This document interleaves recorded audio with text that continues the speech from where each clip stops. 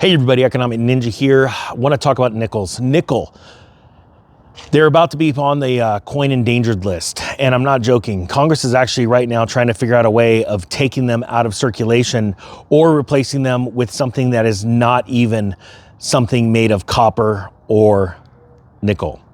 The fact of the matter is right now, a 1946 to 2014 Jefferson nickel is comprised of 25% nickel and 75% copper. Now, we already know that pennies were taken out of circulation, and you may see pennies right now in the stores, but trust me, not for much longer, because the government stopped making them and they're actively melting them down because the copper price is so high and the production price is so high. Well, nickels are also one of those coins that still have some base metal in them. As a matter of fact, they're all base metal, nickel and copper, for those years. And I'm not telling you to race out and go and buy a bunch of nickels right now, okay? You have time for this. Right now, it's time to focus on the pennies. And I know it sounds crazy. A lot of people say don't sweat the small stuff. But in finance, when you want to become wealthy, you do sweat the small stuff. And you start with pennies. Before I go more into this, if you want to have your life changed, and I'm not joking, I want to give you an offer. The Money Mindset Mastery program, I'm going to put a link down below, a sale link. I believe so strongly that after you take it in less than 20 days, it's going to change your mindset and your life financially forever. If not, I'll give you your money back within 30 days. Links down below for that. We are seeing incredible, amazing change and transformation in people. All right, so these nickels. Now, it's been known before, just so you know, in 2021, 2022, I believe it was, the price of nickel skyrocketed. I'm not even joking. It went up something like 4,000% for a short period of time. Then it came back down, and then it pumped up again, and it came back down to where it is right now.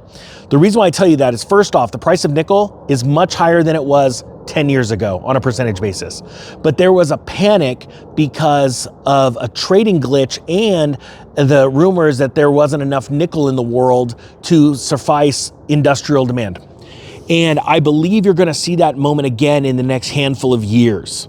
And the cheapest way to acquire nickel is by just holding on to nickels, because like copper, after a while in 1982, the government stopped making it out of copper.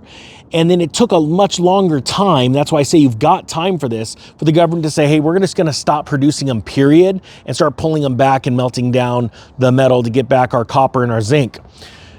The nickel has so much more value. I believe it was in the 40s when nickels were made of nickel and full nickel, and they stopped producing them because they needed the nickel so badly for the war effort. You see, there's been times in history where this is a real thing, and that's why I want in the back of your mind, not you racing out in panic to go buy them, but start thinking like a wealthy person. Wealthy people start thinking about how to accumulate assets or commodities, anything from this earth during time before the panic, and then they can sell them and make a lot of money.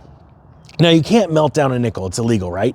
However, there's a point in time where those metals become so valuable, it would be akin to you being able to just hold on to silver dimes and quarters from the 1960s and older, and all you were doing was storing them like they were dimes and quarters back then. And you're saying, you know what? I know what's inside these.